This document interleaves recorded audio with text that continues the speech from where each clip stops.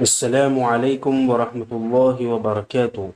محترم سامعین و ناظرین، ہم سب اچھی طرح جانتے ہیں کہ یہ دنیا دارالامتحان ہے، دارالابتلاء ہے، کہ یہ دنیا امتحان کا گھر ہے، آزمائش کی گھڑی ہے، مصیبتوں کا گڑھ ہے۔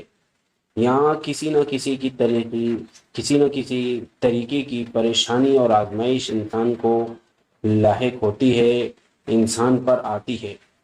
آزمائشوں میں ہم یہاں پر 3 طرح کا ذکر کریں گے، جو ہم نہیں چاہتے کہ وہ آزمائش ہمارے گناہوں کے نتیجے میں آئے، لیکن وہ پھر بھی آ جاتی ہے۔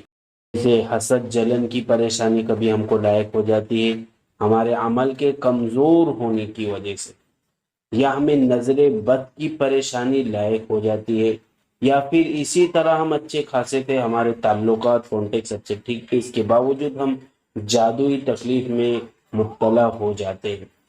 تو آپ کو یہ بات سمجھنا چاہیے کہ ہر تکلیف جادو کی تکلیف نہیں ہوتی، بلکہ اللہ کے نبی جناب محمد رسول اللہ صلی اللہ علیہ وسلم نے ارشاد فرمایا العین حق، کہ نظر بد حق ہے۔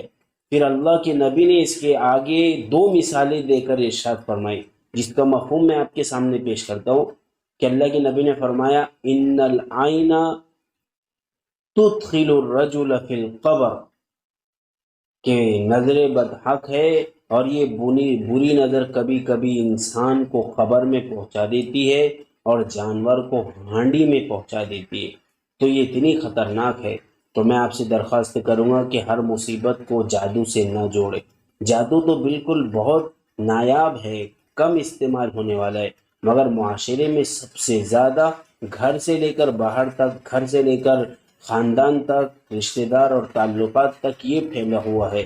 تو سب سے زیادہ نظر بد سے بندہ پریشان ہوتا ہے، دوسرے نمبر حسد جلن سے پریشان ہوتا ہے۔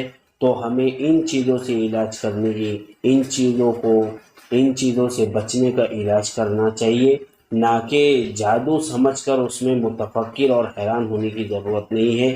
ہر چیز جادو سے نہیں ہوتی، بلکہ یہ جو عام طور پر ہمارے معاشرے میں پائی جاتی ہے وہ نظر بد ہے، بری نظر ہے اور حسد جلن ہے۔